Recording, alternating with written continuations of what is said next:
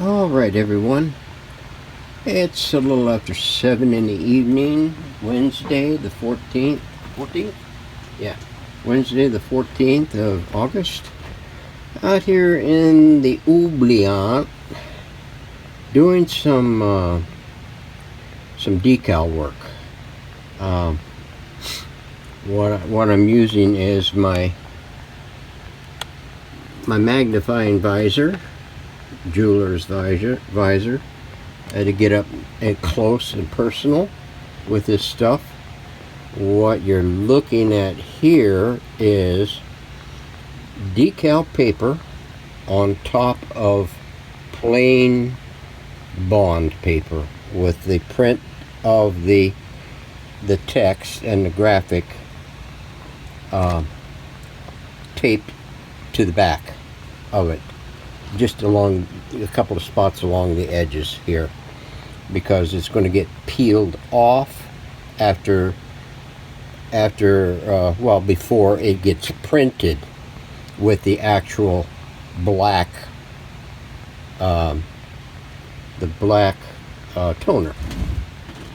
So what you're seeing here is, let me see if I can get some light on it.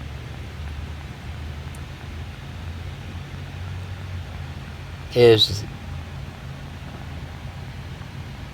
I filled in the outlines of the hollow text, plus the little donuts there for the selector switch on the band. This over here, see this, it's not, I haven't done this row of text yet. So what I do is I just hold down the decal paper tight to the bond, and then I fill in. Let me see if I can get in close here and give you a better look at it.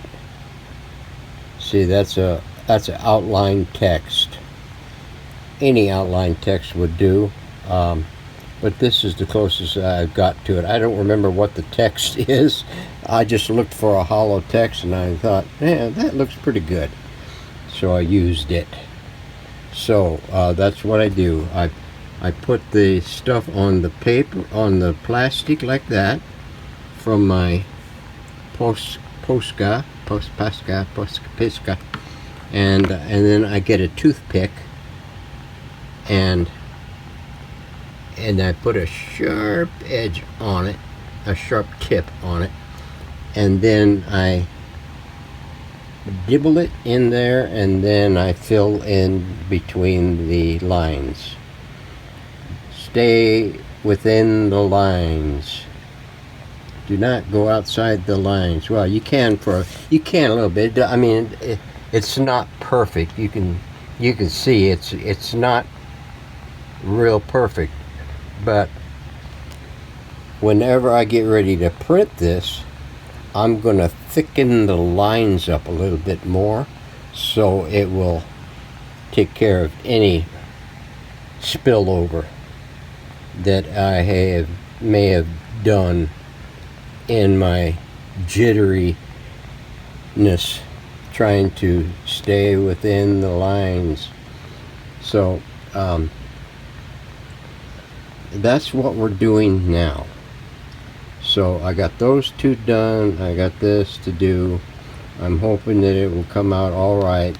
I'm going to give it, I don't know, maybe a day or two to really dry up, because when I run it through my laser printer, it's going to heat the sheet with the diffuser, and it's liable to track up through there. That's the reason I'm doing 3 lines, all spaced out pretty much. So I'm going to use up the whole sheet, because it's liable to overlap if it does pull some of that gold color off. The last one that I did for, I forget what it was, the night radio, and then there was another one I think that I did before that. It didn't track. I mean, it didn't come off and fuse up, and make multiple copies of it, the doggone thing. So I spread these out just a little bit so that it wouldn't, if it did duplicate it, it would do it in this space right in here and not over my upper decal. So this is how I do it now. You got to do it with a toothpick, because you'll never get your text small enough to, and that is, I think, an 1/8 inch text.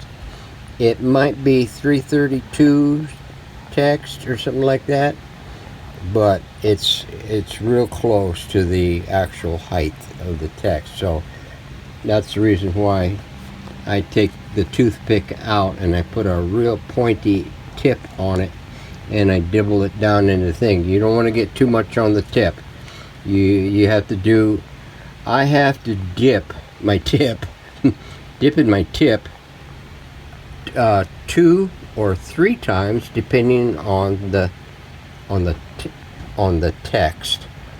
The B I might do 3 times. The C I might be able to get through with 1, but usually with the short dip that I do, I get about half the letter, and then I dip again and I get the other part of the letter.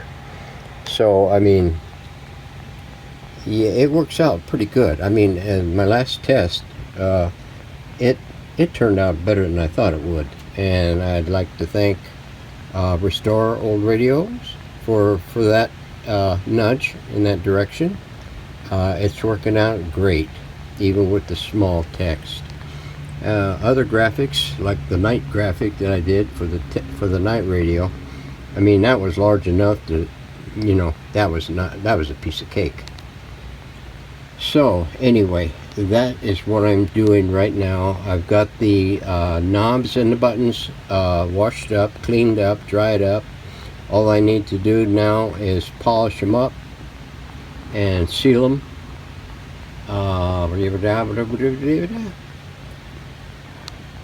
I think that's going to be it for this segment. We'll see on the next one, whatever that may be. Okay, everybody. It is, what is it? Tuesday, the 20th of August, 2024. Some of you may have been wondering what the heck I've been up to for the last week. I have, let's see, what did I do? My brother had a, who lives here in Cottonwood, had a procedure to check to see if he was a good candidate for a pacemaker. He apparently has a issue with night and day. At night his BP runs a little on the minimum side, and amps during the day goes up above 150 or something like that. I don't know. And excuse me while I shake you around while I chase the vermin off of me. So he had a procedure done to see if his arteries were cleared enough for a procedure that was going to take place eventually. And they took put a catheter up his right arm towards his heart, and said, yeah, it looked good and everything. However, towards the end of the procedure, they, I guess, removed the catheter and put a bandage on him and everything, and he suffered a crap, can't remember the doggone term of it now, but it started bleeding under the skin, and so they delayed him for another hour thereabouts until they could get something done with that issue. And then Friday night he had an episode where it started bleeding again, and so we were to the emergency room at the hospital here, and wound up sitting in the lobby for, well, they took him in and triaged him, and then wrapped his wrist up and sent him back out to the waiting room, where we waited until about 3 o'clock in the morning. And they put some ice on him and a few other things, changed his bandages and everything, and said, call your surgeon or call your doctor, your cardiologist, on Monday. Well, the earliest he could get in was today. So I've been staying with him at night over at his place, and coming back mid-morning to take care of this place, water my plants, open up everything so it doesn't get super hot, and take care of a little trinket things, and then going back and staying with him in the evening. So I haven't been doing much in the ways of radios. So with that out of the way, what I wanted to touch with on today was the cabinet that I'm doing for this 26X. Is this the 26X4? Yeah, I guess it is. 26X4. RCA radio. So what we did was we managed to get the doggone things fine sanded down. I don't know if I showed you that, but we got it all raw sanded back to raw wood and everything. Put some pre-stain on it, and then went and stained it. What we did on each end was I think it was dark walnut. On each end, and on the face we did it with we did it with something Rick-a-frax. Let me take a quick look here, see what the yeah, ebony, not ivory, ebony. We hit it with ebony, so I wanted to get the grain dark, and it is dark. So I went and stained it again, stained the sides again. We dabbled this thing here with a t-shirt to kind of blend all the stuff in, where we had the filler in there, the fill stick,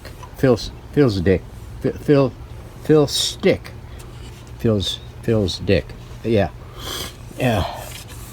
on it, and schmoozed it all out, and then we hit it with two coats of clear poly as a sand sealer, and now we're sanding that down. We did put 2 coats of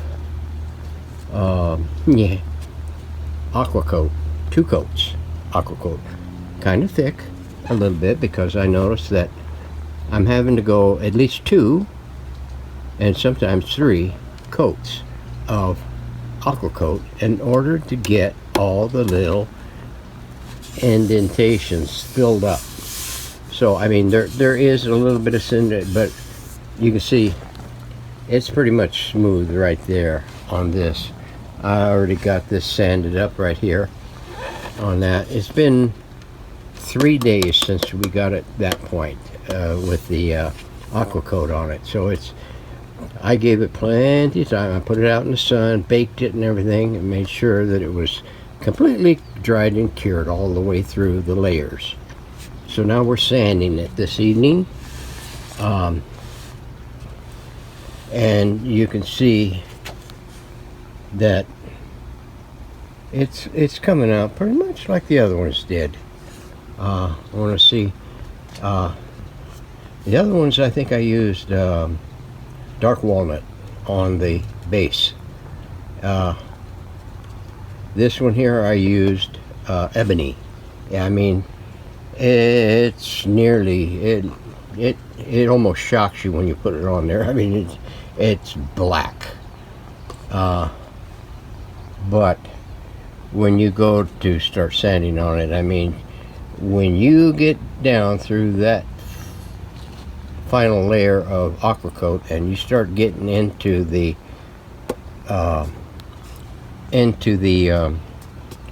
crack of fracas or fracas, man, I lost my mind. You get into that sand sealer or that poly coat,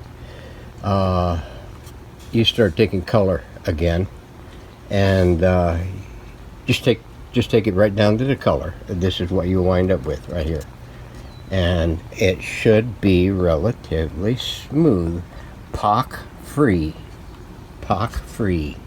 Now,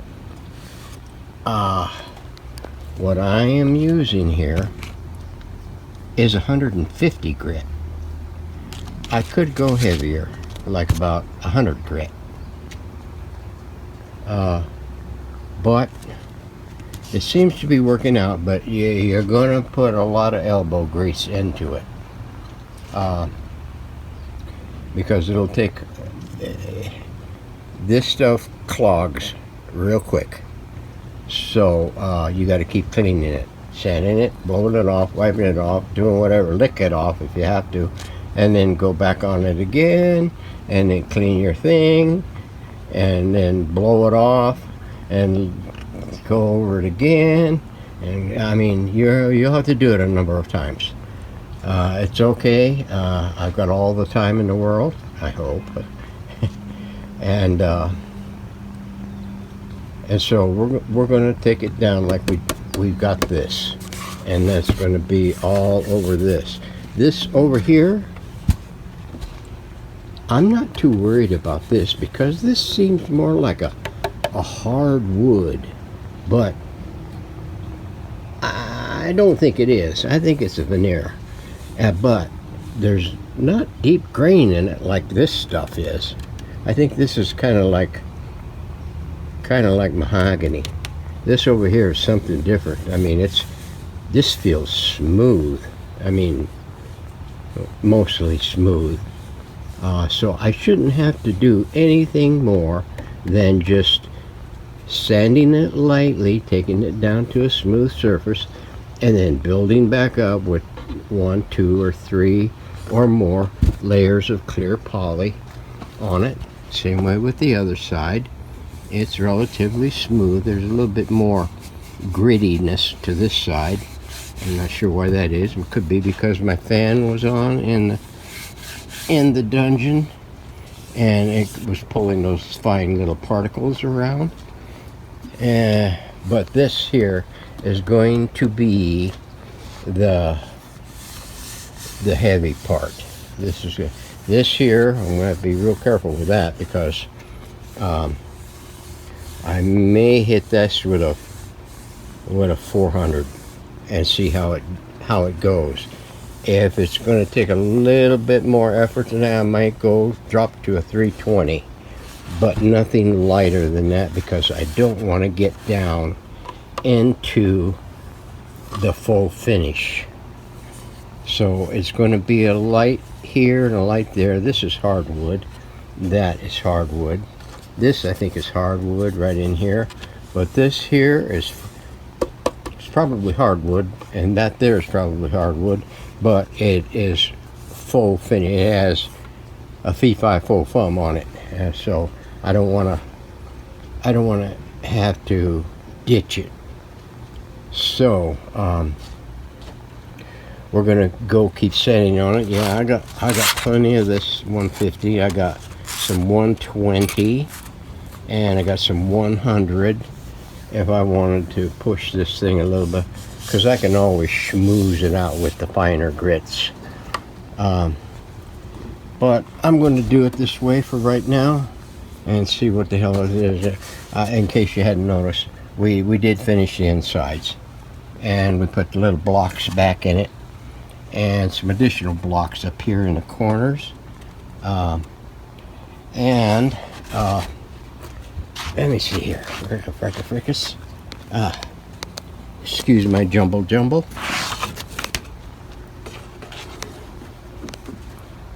That is going to be the back cover. I was going to use the 30 ply, but I think I can get by with this because it doesn't need to be super strong to keep bugs out. It just whatever the heck. So, but I still need to put the venting right in here, and right in here, and right in there. I think there's 3 vents right along here. There's that one there that we cut out. This is not an exact match to the original. I think Retrotronics sells one for this radio that has got a beautiful finish on it, and it looks perfect. It has labeling for the access to the antenna connections and the RCA inputs. I don't know if there's anything else on there, but anyway, yeah. And it runs you about, I don't know, 45 bucks or something like that for a simple little thing like that. I mean, I'll make my own and live with it. You're never looking at the back. You're always looking at the front. So the back is the back and the front is the front. So I'm going to continue on with this. We'll show you a little something in the next episode of the video. So you guys hang in there. I'll be back doing my regular thing on a hopefully a daily basis once my brother, because he with that issue he had in his arm, they had him locked down, and it's his right arm. Here, sign this. They kept asking him, here, sign this. Well, hey, my arm's all screwed up, you know. So I'm driving his truck now. That's his truck out there. It's a 1994 Ranger with a 4-cylinder in it, and there's no power options on it at all. There's no power brakes, there's no power windows, there's no power steering. Yeah, so he can't drive it, and so and I can't pick him up and take him anywhere in my car because he just won't fit. He's about 6'2", and he'll play hell trying to get in my car. So I drive the truck and to and from daily. See how he's doing. So I'm staying here at home last night and tonight, and I'll continue to stay here at night. We'll be getting up in the morning and doing a lot more things now. He is improving. He went and saw his cardiologist today. They said good boy, and gave him a treat and sent him out the door. So it's probably going to take probably about another week for him to get the strength up. So he's chomping at the bit, and so am I. So anyway, that's enough for today. I'll keep on going until she cools down and gets dark enough where I can't see a thing, and we'll see you on the next episode. So thanks for hanging in there. Thanks for watching. Like and subscribe, and we're out of here.